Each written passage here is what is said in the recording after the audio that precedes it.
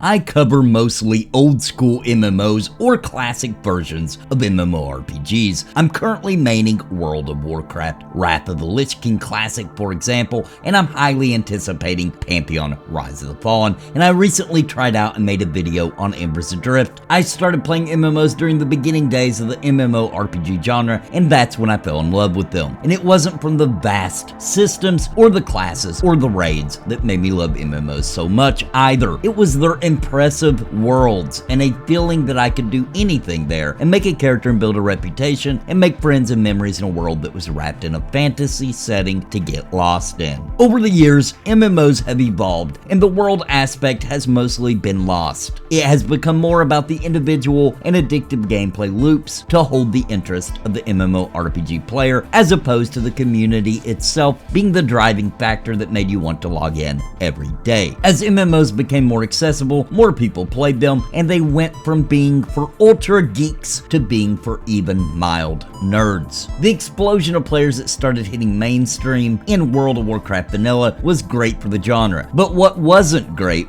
was the copycat formula demanded of publishers and investors, forcing every MMO to try to adapt itself to the WoW formula. And before we knew it, the MMO genre was cannibalizing itself with too many games that all played too much the same. Then there was the stranded MMO player, the ones who just wanted a return to a more classically spirited type of focus, one that put the world and social mechanics above all else. And with those came the rise of the Kickstarter MMO projects. People came out of the woodwork to start their project to envision an old school MMO. People like Richard Garriott from Ultima Online, all the way to Brad McQuaid of EverQuest, came out of the ashes of the genre like a phoenix to save us all. Of course, Richard Garriott's MMO is barely breathing, as it was more of an MMO light, and Brad McQuaid has since passed away, and the developers of Pantheon Rise of the Fallen have continued onward with his development and plan, and we do not know their fate just yet. Then we have games like Monsters and Memories trying to spark back the old school EverQuest formula with a new world, but still trying to recreate it in the old school graphics format. There's also Embers Adrift, formerly known as Saga of Leucemia, claiming they will launch this year, and I've covered them all right here on the channel. But what I want to dig into today is this: what sort of market can a classically spirited MMO have if made right, if it takes the old formula and attempts to modernize it? Because Pantheon Rise of the Fallen is attempting to do just that with a small team. They have been plugging away for many years, which is good and bad, but how big of an audience can it get? How influential can it be upon release? And what is considered a success for a project like this? Let's talk about how big the audience can be. And to understand this, we need to look at multiple things because we have some data to consider. World of Warcraft Classic has overall been a huge success for Blizzard, and going back to a more classic MMO approach has shown the industry that there is a gold mine there. But WoW Classic is also being fed by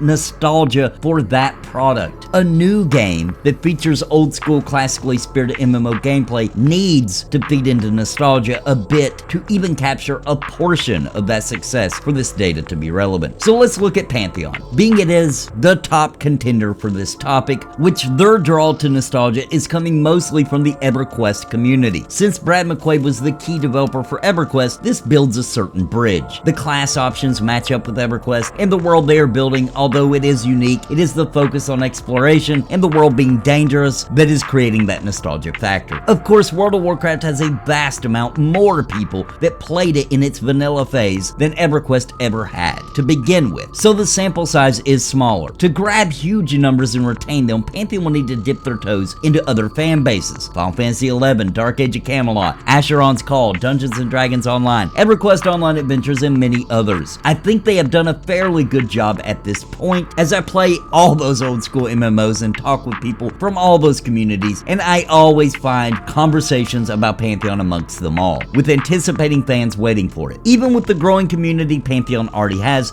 there is a massive amount of people I speak with on the daily that aren't going to invest their time, money, or energy into the product until it reaches alpha, beta, or launch status. As a matter of fact, I bet you can go down into the comments right now and find someone saying so. By my calculations, at this point, Pantheon is headed for around 100,000 to 150,000 sales at launch. Some of those sales have technically already happened to fund development. It is also worth mentioning. These numbers are based on the amount of people that played EverQuest, that played Final Fantasy XI, that played Asheron's Call, and all the others, and their success rate at launch, and of course factoring in that of course not all from each fan base will try Pantheon, although at this point a ton of them are going to. I also can't comment on how they will handle advertising as they get closer to launch, because up to this point everything is word of mouth, which is smart because Pantheon as an MMO just isn't at the point to show to the world. The combat still looks a little janky, missing animations, and the graphics aren't on par with what most people expect. If you don't believe that, then go check out the comments on my most recent Pantheon video in which Asmongold and his community rated. Assuming that they do get it on par, which I believe they will based on the progress so far and their commitment, and assuming they toss some great advertisements around, and we already know that the major MMO websites are definitely going to be covering Pantheon heavily, we could probably double the amounts to somewhere around 200 to 300,000 people will likely give Pantheon a shot. Now, this is also very subjective and it could triple or be even higher, but I'm trying to lowball it here on purpose. Now, retention will land on somewhere in the ballpark of 10% in the coming months post-launch. Some will play just because it's new, some will find it isn't what they're looking for, and others will blast through the content until they feel satisfied and return to whatever MMO they came from. So at a low, Pantheon will likely retain around 20 to 30,000 people. Assuming that they charge $15 a month, that is a total of somewhere around 300,000 to 450,000 per month. So somewhere around 500,000 per month. That could fund their servers and around 50 or so staff members at a modest rate. Now, I'm not factoring in box costs into this, but I'm assuming there will be one, and that would be used for making future content and extending the lifespan of how long they can develop further. These numbers may not be what one would call a massive success, but it's certainly achievable for a project as large as Pantheon Rise of the Fallen, and I think the expectations for what is a success and what is not is quite skewed these days. Most will consider it a failure if it doesn't reach and maintain 1 million players, and it could reach those numbers if it has the right blended features and attract people from other MMOs. For example, if Pantheon were to tap into a portion of the World of Warcraft Classic community, which I believe it will have that potential as it nears launch, because by that point WoW Classic, let's be honest, should be deep in the Mists of Pandaria Classic or some such, and then it could very well start off with 1 million sales, retaining 100,000 or more per month, which would set them on a path of being a major contender. But I value success at being that the team makes enough income or continue to grow and expand the game and nothing more, but that's my opinion. Now real quick, let's hear about the sponsors of this channel, and then let's wrap this up with my thoughts. Real quick, I want to give a shout out to the members of Napalm. They have strapped on their armor and are casting the spells of awesome by supporting this channel and keeping me full-time every month. Thank you so very much. And I think you are interested in becoming a member. You can do so by clicking join down below this video and pick a level that is right for you. And I would like to give a very special thank you to the Lords of Napalm, Bounty Code, Jared Woodhouse, Daimlos, Farthest Reach, Sparrow, Christopher Hensel, Random Rob, Kenneth Kramer, Rodney Mom, Zelik Lived, Vander, Galerain Moonsong, What's the Takeaway, and Trips. Thank you for your highest tier membership.